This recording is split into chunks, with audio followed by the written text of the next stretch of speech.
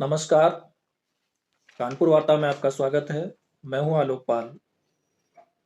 आपसे अनुरोध है कि कृपया इस चैनल को देखिए, लाइक कीजिए और सब्सक्राइब जरूर कीजिए। साथ ही नोटिफिकेशन बेल दबा दीजिए ताकि मेरे वीडियोस के नोटिफिकेशन आपको मिलते रहें। आज हम बात करने वाले हैं यूपी पॉलिटिक्स की।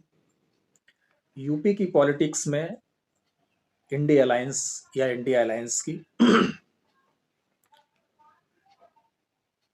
इंडी अलायंस जिस दिशा में उत्तर प्रदेश में जा रहा है और जिसके नेतृत्व में जा रहा है, उसे आप उस नेतृत्व की असफलता ही कहेंगे। उत्तर प्रदेश में इस इंडिया अलायंस का नेतृत्व अखिलेश यादव कर रहे हैं। इस पूरे अलायंस में शुरू से बड़ी खींचतान रही। पहले कांग्रेस और समाजवादी पार्टी के बीच में खींचतान रही। कांग्रेस ने एक डिमांड रखी थी लगभग 25 सीट की, जिसे न तो मानना संभव था और न ही अखिलेश यादव ने माना। लेकिन जो 17 सीटें कांग्रेस पार्टी को दी गईं, वो भी शायद कांग्रेस की हैसियत के हिसाब से बहुत ज्यादा हैं। कांग्रेस की स्थिति उत्तर प्रदेश में एक भी सीट जीतने की नहीं है, और जिस पार्टी की एक भी सीट जीतने की हैसियत ना हो, उसे आप 17 सीटें दे दें तो यह राजनीतिक रूप से एक गलत कदम ही कहा जाएगा। तो पहला तो राजनीतिक गलत कदम अखिलेश यादव ने यह उठाया कि उन्होंने कांग्रेस पार्टी को 17 सीटें दे दी। उसके बाद से भी वो लगातार गलत कदम उठाते चले जा रहे हैं। उत्तर प्रदेश में शुरू में इंडिया अलायंस में 5 प्रमुख नेता थे, जिसमें नेतृत्व कर रहे थे अखिलेश यादव। दूसरी पार्टी थी कांग्रेस, तो उनके प्रदेश अध्यक्ष अजय राय। तीसरी पार्टी जो कि थोड़ी सक्षम पार्टी थी, वो थी राष्ट्रीय लोकदल, जिसका नेतृत्व जयंत चौधरी कर रहे हैं। चौथी पार्टी अपना दल कमेरावादी, जिसका नेतृत्व पल्लवी पटेल कर रही हैं। और जो पांचवी पार्टी थी, वो पार्टी बहुत फेमस नहीं है, लेकिन उसके नेता फेमस हैं। उन्हें लोग रावण के नाम से जानते हैं। पूरा नाम है चंद्रशेखर आजाद रावण।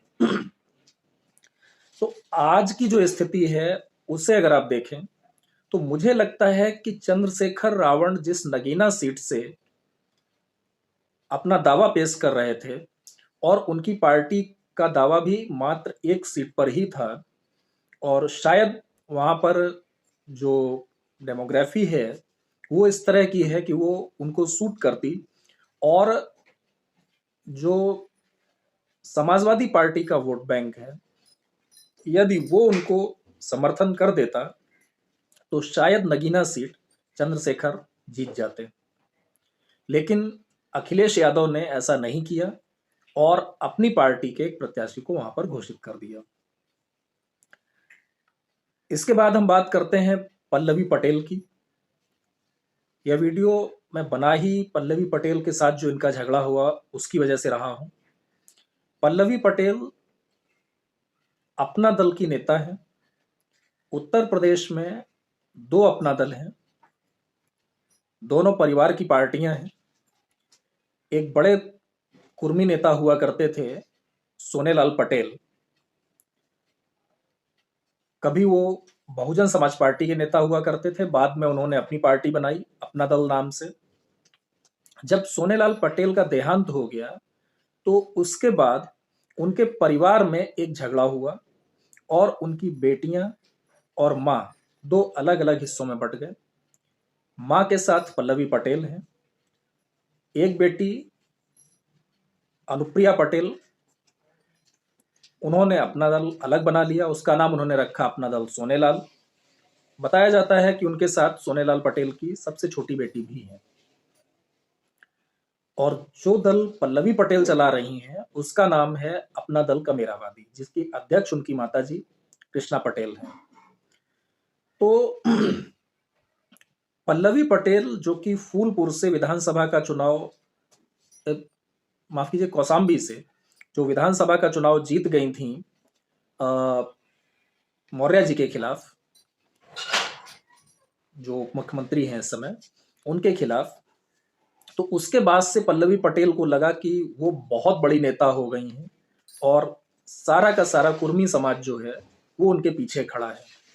तो उन्होंने, शायद उनको कुछ एरोगेंस भी आया, उनकी जो डिमांड्स थी वो शायद ज़रूरत से ज़्यादा थी। साथ ही साथ अखिलेश यादव का जो एरोगेंस है वो तो जग जाहिर है। तो दोनों के जब एरोगेंस आपस में टकराए तो उसका नतीजा ये हुआ कि दोनों के राहें अलग अलग हो गई।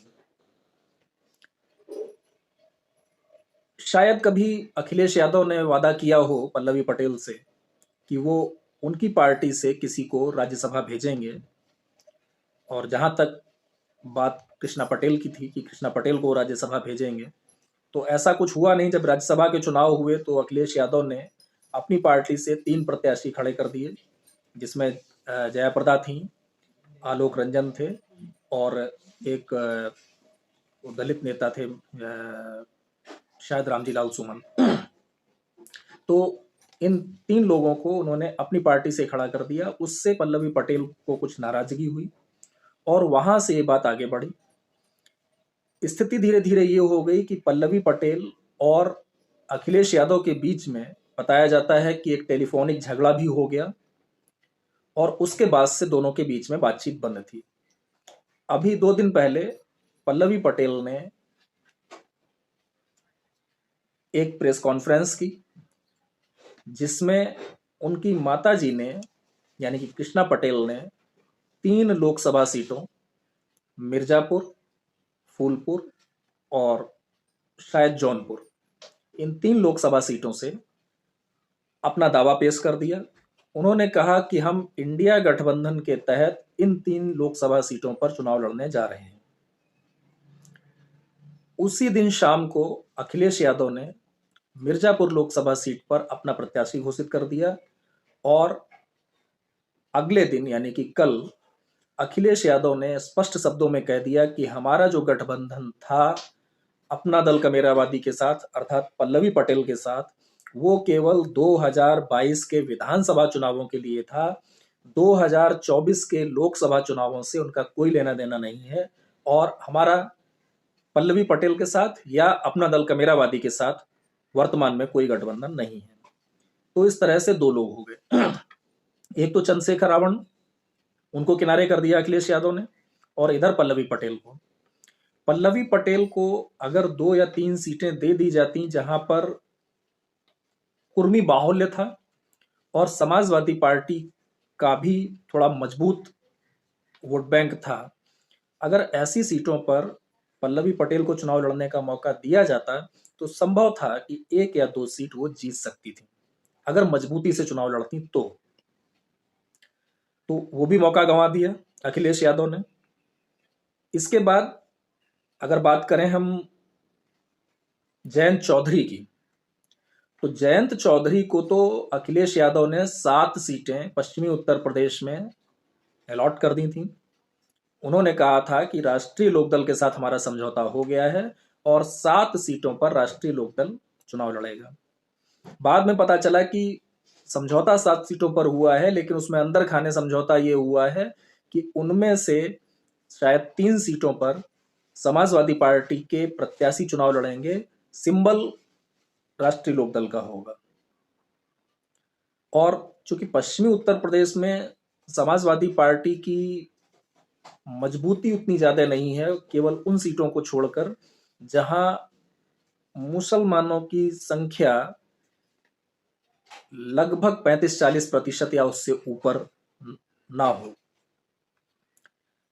तो जो जाट बाहुल्य क्षेत्र है उसमें समाजवादी पार्टी बहुत मजबूत नहीं है। अकेले दम पर राष्ट्रीय लोकदल वहां पर कोई बहुत अच्छा प्रदर्शन कर नहीं पाता। 2014 और 2019 में चुनाव लड़कर ये लोग देख चुके हैं। दोनों बार बड़ी पराजय हुई है राष्ट्रीय लोकदल की। तो जयंत चौधरी को लगा कि इनके साथ 7 सीटें लड़ने से बेहतर है कि अगर हमें भाजपा के साथ 2 लोकसभा सीटें भी मिल जाती हैं तो वो बेहतर होगा। तो जयंत चौधरी ने भाजपा का दामन थाम लिया और वो खुद छोड़कर चले गए समाजवादी पार्टी को।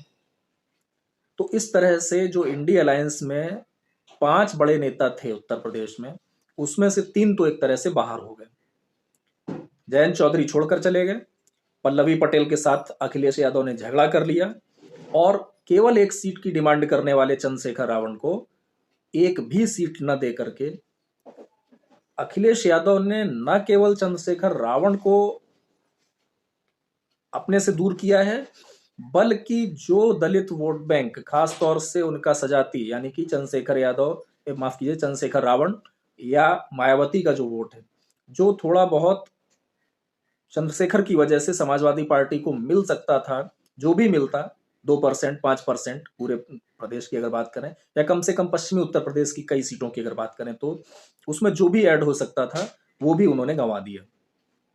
तो कुल मिलाकर स्थिति ये है कि अखिलेश यादव उत्तर प्रदेश में इंडिया अलायंस का नेतृत्वकर्ता के रूप में, या यूं कह लीजिए कि इंडिया अलायंस के नेतृत्वकर्ता के रूप में पूरी तरह से असफल साबित हुए हैं। और जिस तरह के स्टेप्स वो लगातार उठा रहे हैं उसमें उनको भारी हानि होने की संभावना है। पिछले 2 चुनावों में समाजवादी पार्टी केवल 5 लोकसभा सीटें जीत पाई थी, 5 2014 में, और 5 ही सीटें जीत पाई थी 2019 में, वो भी तब जब बहुजन समाज पार्टी के साथ उनका गठबंधन था। मेरा ऐसा मानना है कि पहले तो जो 17 सीटें कांग्रेस पार्टी को दी गई वो ज्यादा दी गई, इसके बाद जो बची हुई 63 सीटें हैं, माफ की 53 सीटें, उन 53 सीटों पर भी अखिलेश यादव शायद मजबूत प्रत्याशी उतारने में सफल नहीं हो पाएंगे। उनको चाहिए था कि वो कोशिश करते कि जो भी उनकी 20, 25, 30 मजबूत सीटें होती, जहां पर उनको लगता है कि यदि केवल इन सीटों पर फोकस किया जाए, जो जाति समूहों का वोट बैंक है उसे एकत्र किया जाए, उस तरह से टिकट बांटे जाएं, एक क्लब किया जाए जातियों के समूह को, और जो उनका बेस वोट है यादव और मुस्लिम, उसको इकट्ठा किया जाए, तो शायद वो कुछ सीटें जीत सकते थे। कुछ सीटें मतलब जो अपेक्षित हैं उनकी 5-6, उससे कुछ ज्यादा सीटें जीत सकते थे। और यदि वो कुछ सीटें पल्लवी पटेल को, चंद्रशेखर रावण को, या और जो छोटे क्षेत्रीय दल हैं, कुछ बहुत सारे ऐसे भी नेता हैं जो अपने क्षेत्रों में इतना प्रभाव रखते हैं कि सामान्य स्थितियों में वो निर्दलीय चुनाव लड़कर जीत सकते हैं, ऐसे कुछ नेताओं को अपने साथ सम्मिलित कर लेते तो शायद उनकी सीटों की टैली कुछ ऊपर होती, 15, 16 या 20 तक भी पहुंच सकती थी। लेकिन अखिलेश यादव ने खुद अपने पैरों पर कुल्हाड़ी मारी है। आप यह मानकर चलिए कि जिस तरह के कदम अखिलेश यादव ने उठाए हैं, उसमें अगर वो 2014 और 19 से भी नीचे रह जाएं तो कोई बहुत अचंभा नहीं होना चाहिए किसी को। राजनीति में आप जो कदम उठाते हैं उनका बहुत बड़ा महत्व होता है। वो केवल किसी एक नेता को नहीं परेशान करते हैं, एक नेता को आपसे दूर नहीं करते हैं, बल्कि एक बड़े समूह को आपसे दूर कर देते हैं। आज की वार्ता में इतना ही। आपसे एक बार फिर से अनुरोध है कि कृपया इस चैनल को सब्सक्राइब कीजिए और नोटिफिकेशन बेल भी दबा दीजिए। नमस्कार।